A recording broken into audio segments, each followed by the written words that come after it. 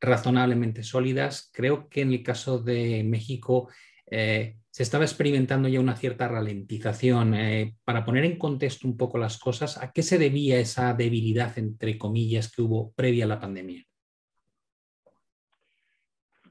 Bueno,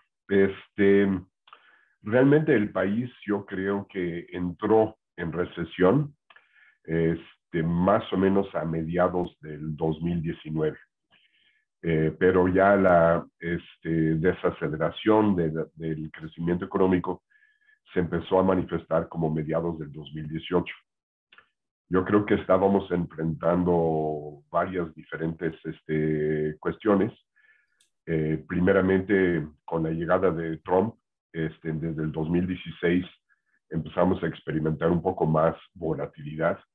Empezó a aumentar la percepción de riesgo del país, y también en el 2017 habíamos tenido un shock muy importante de un aumento de una vez por todas en enero del 2017 de la gasolina, lo cual provocó un aumento en la inflación que llegó hasta 6.8% a fines del 2017. Un poco en línea con los aumentos que ya venía dando la Reserva Federal. México, el Banco de México empezó a subir su tasa de política monetaria. Lo tenía en 3% en el 2015, pero en diciembre de 2015, en línea con la Fed, empezó a aumentar.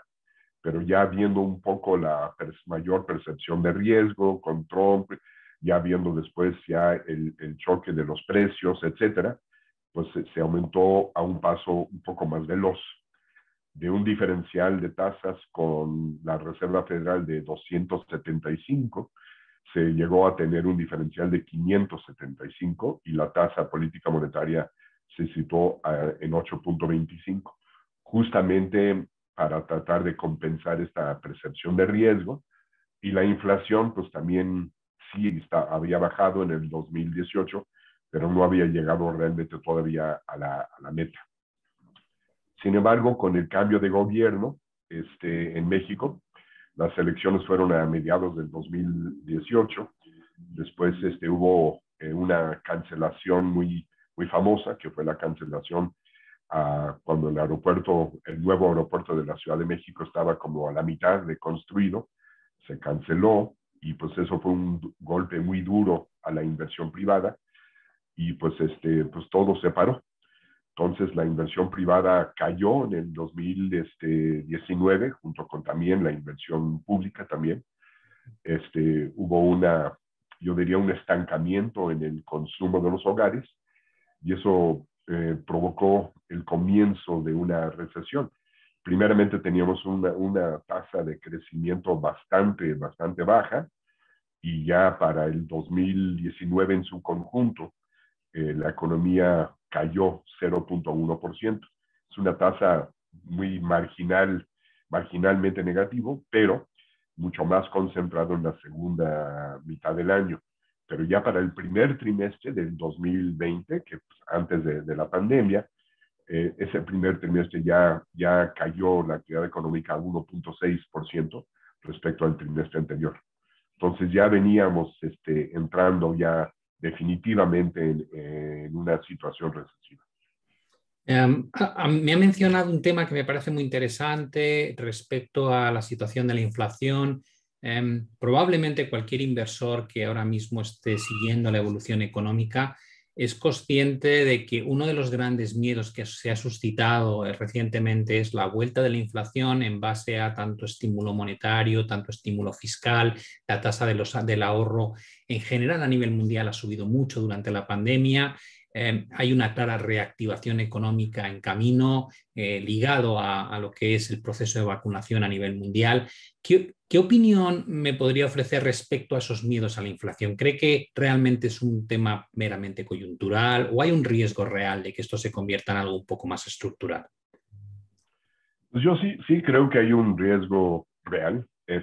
Yo diría que el balance de los riesgos para la inflación, por lo menos en México, yo diría, incierto el balance. No quedaba claro si había más riesgos a la baja o al alza durante la mayor parte del 2020. sufrimos muchas distorsiones, tanto del lado de la oferta como del lado de la demanda, igual que la mayoría de los países. Sin embargo, en el caso de México, este reacomodo de los precios relativos no nos favoreció tanto como en otros países. En otros países la brecha de inflación llegó a ser negativo en la mayoría de los países, pero en México nunca fue así.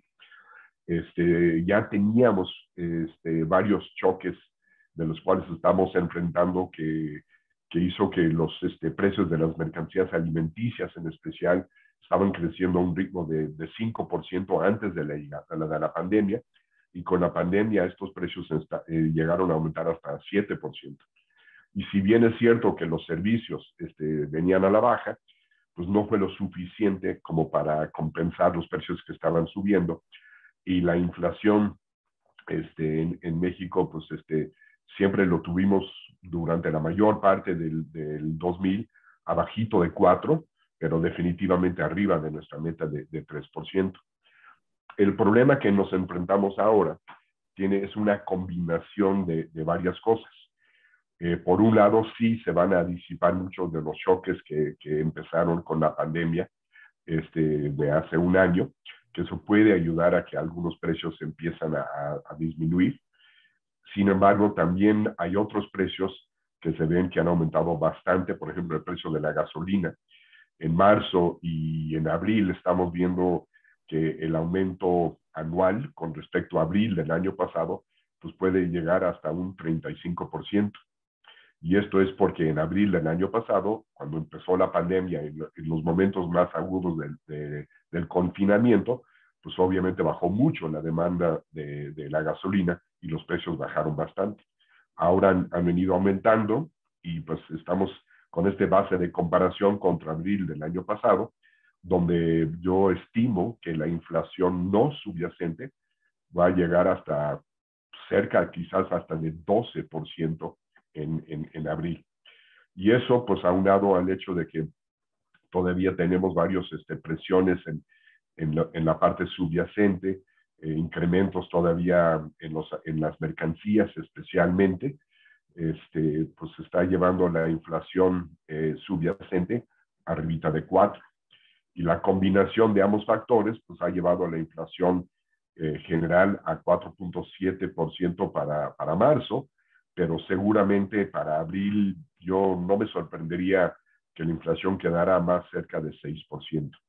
Entonces, en el muy corto plazo, sin lugar a dudas, tenemos una burbuja inflacionaria, pero quedan dudas de que si realmente se va a poder desinflar rápidamente o no. Pasando el efecto de las bases de comparación, ya a partir de mayo deberíamos de ver una baja en la inflación, pero no queda tan claro que si va a bajar lo suficiente para que pueda converger cerca de la meta de 3% que tenemos.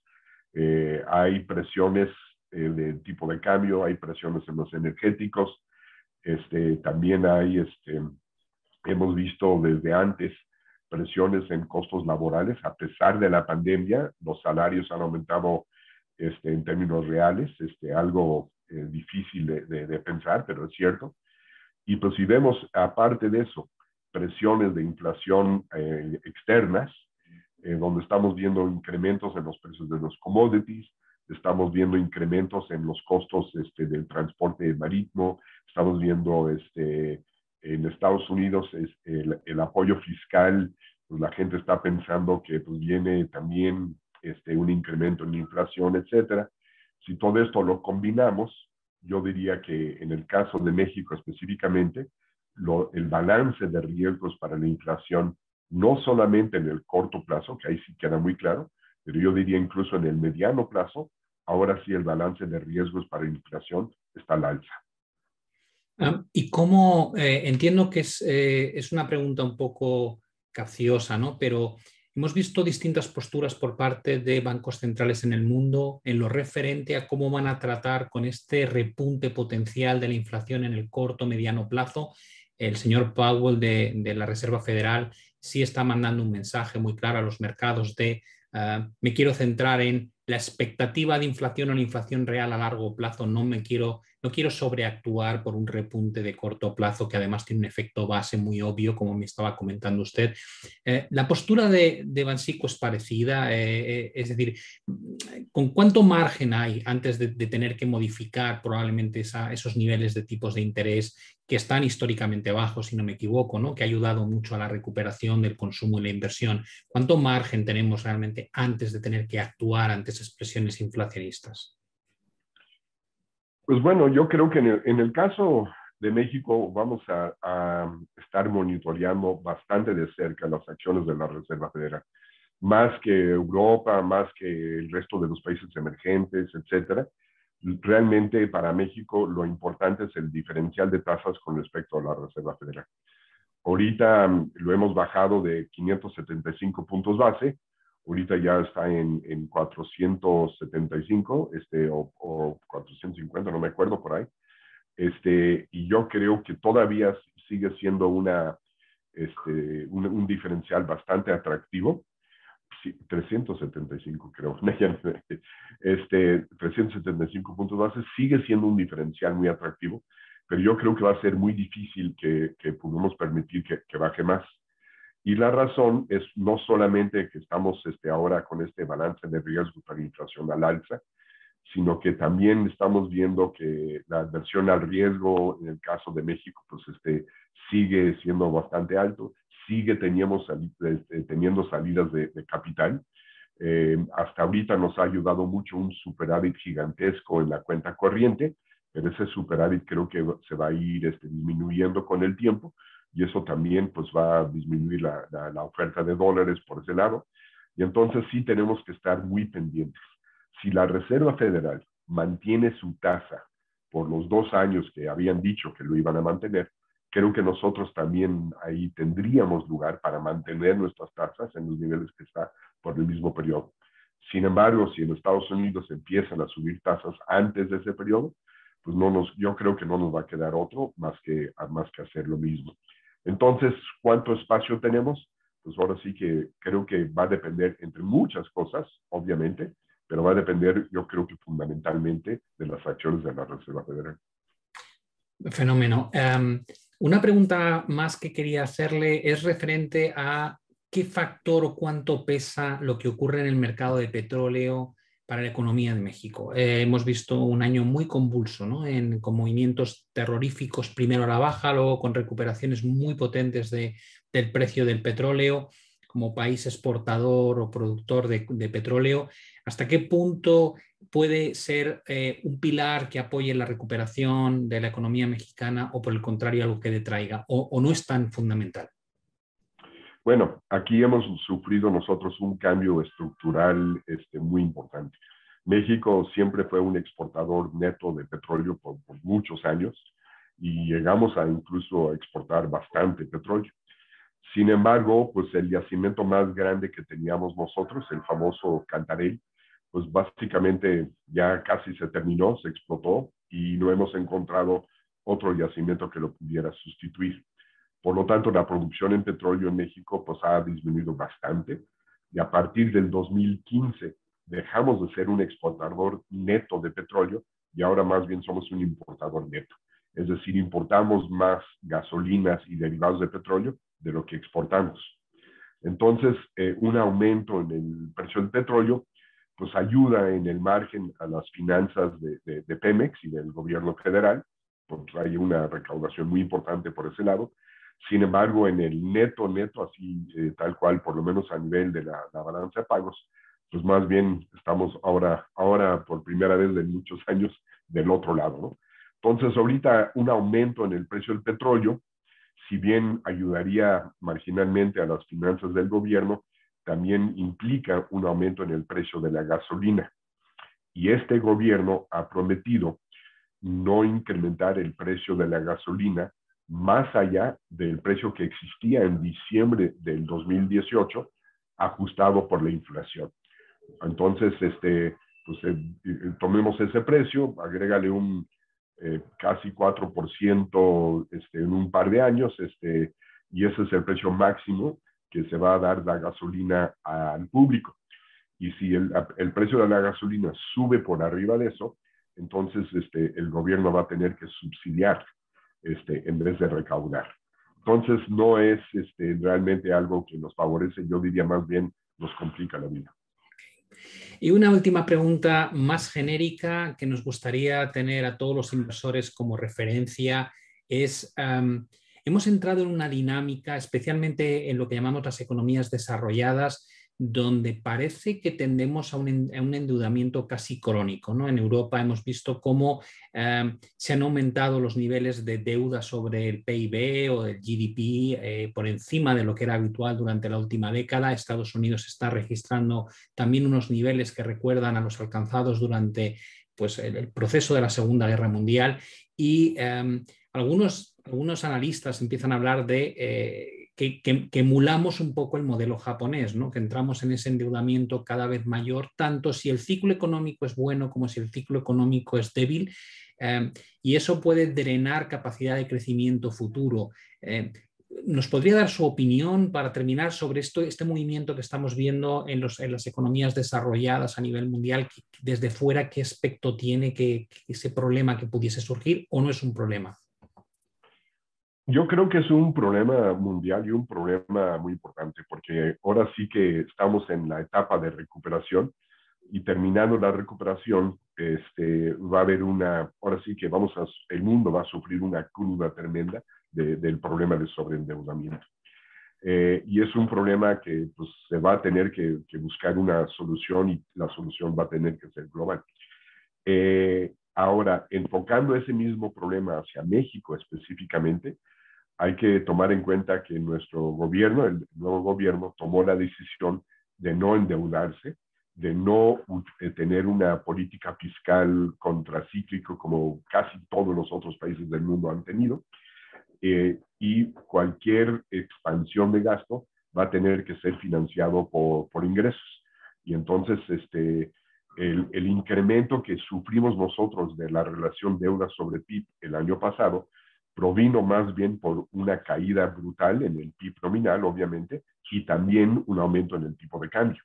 Pero realmente México se mantuvo con el déficit fiscal bastante bajo que ha mantenido, y no está utilizando instrumento de sobreendeudamiento para tratar de apuntalar la recuperación económica.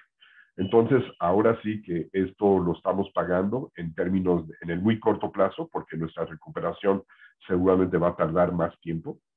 Sin embargo, terminando ya la etapa de recuperación, no tendremos ese problema de sobreendeudamiento que van a tener la gran mayoría de los países, no solamente emergentes, incluso hasta desarrollados, ¿no? Entonces, ¿es algo bueno o es algo negativo? Pues el tiempo nos dirá, ¿no? Estamos sacrificando una cosa, pero para obtener otra cosa, y no queda muy claro en el balance si estamos haciendo lo correcto o no. El Fondo Monetario, la OCDE, todos los diferentes organismos internacionales nos han recomendado incurrir en una política fiscal mucho más contracíclico, pero este gobierno ha dicho, no gracias, no lo vamos a hacer.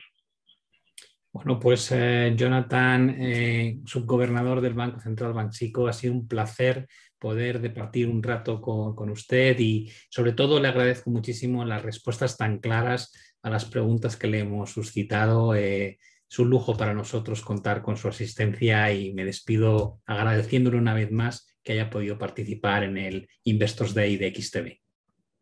Un placer, muchísimas gracias por la invitación.